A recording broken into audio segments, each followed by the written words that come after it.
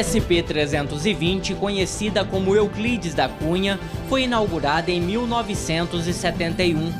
Com pouco mais de 190 quilômetros de extensão, seu percurso vai de Mirassol até a ponte rodoferroviária sobre o Rio Paraná, na divisa com o Mato Grosso do Sul.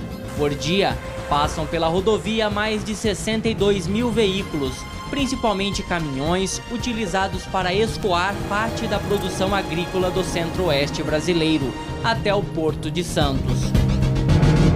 Mas antes mesmo da chegada do asfalto, no início do século passado, a Estrada Boiadeira do Taboado, como era conhecida, já era uma importante rota de ligação entre os estados. Na época, feita com carros de boi. Na Estrada Boiadeira,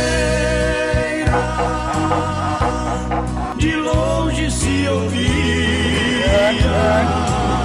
A Estrada Boiadeira, ela tinha todas as dificuldades que a Estrada Boiadeira tem, porque por ela passavam bois, então tinha muito buraco. Era impossível você trafegar por ela, era quase impossível, a não ser por cavalo ou por carro de boi. Então o que nós tínhamos na região, na verdade, era a Estrada Boiadeira do Taboado.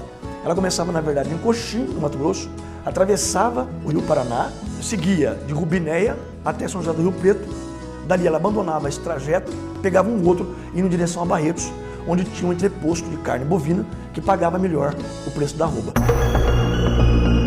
Com a chegada dos automóveis ao país, o governo da época viu a necessidade de abrir estradas, e a Euclides da Cunha foi criando forma em meio à mata fechada. A coisa toda começa por volta de 1920, quando Washington Luiz ele dizia que governar era abrir estradas. E foi justamente numa época de grandes dificuldades que o país abre suas fronteiras e começa então a receber as importações. Então chega no país os primeiros automóveis e os primeiros caminhões. Tendo o caminhão, tendo o automóvel, automaticamente o governo teria que pensar em estradas. E aí começa todo o processo na formação, na interligação de todo o estado de São Paulo, como acontece em todo o Brasil. Muitos moradores de Votuporanga ainda se lembram dessa época.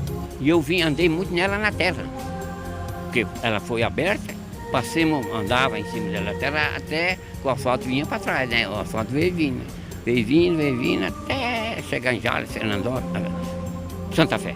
Eu morava em Bálsamo e eu vinha de Bálsamo aqui em Santa Isabel pela estrada de terra, mas sofria, levar quase um dia para chegar aqui.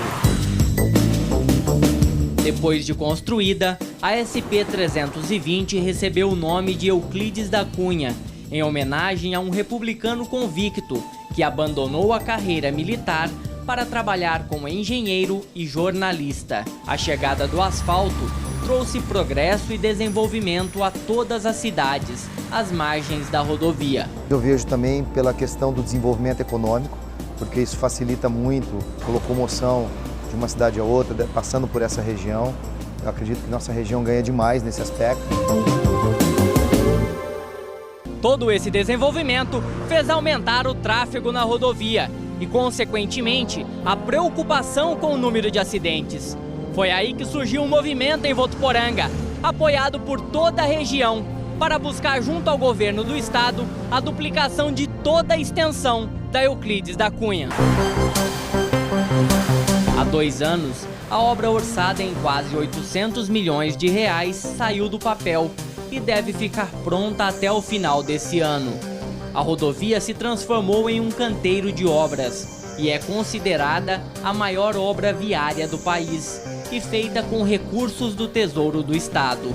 Por esse motivo, o governador Geraldo Alckmin garantiu que não haverá instalação de praças de pedágios. Não vai ter pedágio nem antes da obra, nem durante a obra, nem depois da obra, porque a obra será feita integralmente com recursos do governo do Estado de São Paulo.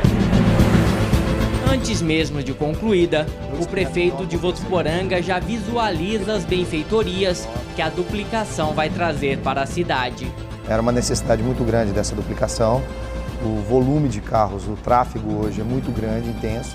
Com certeza maior do que muitas rodovias que já estão duplicadas. Então esse tráfego aumentou muito e realmente era uma necessidade que, sem dúvida, hoje acaba se transformando como uma das maiores conquistas, não só de Votuporanga, mas de toda a região.